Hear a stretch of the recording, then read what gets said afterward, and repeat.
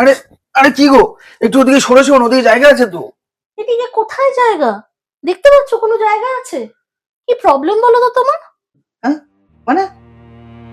মানেটা বুঝতে পারছো না নাকি বুঝতে চাইছো না? না, বুঝতে পারছি না।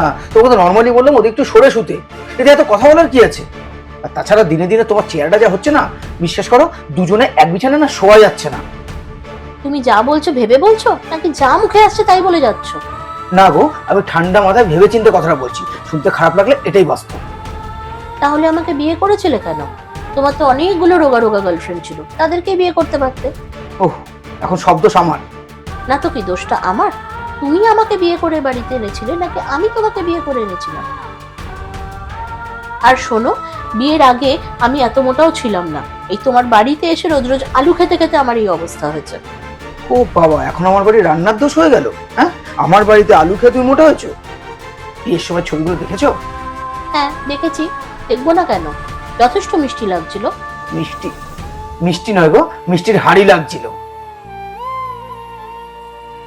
যত সব বেকার কথা বলে। হ্যাঁ, এখন তো আমার সাথে কথা বলা বেকার হবেই। এই শোনো, একদম সেন্টিমেন্টাল কথাবার্তা বলবে না। এটা সেন্টিমেন্টাল কথা না, অন্য কথা বলবে, এই আমাকে না। শোনো, আমি কোনো সেন্টিমেন্টাল কথা বলছি না।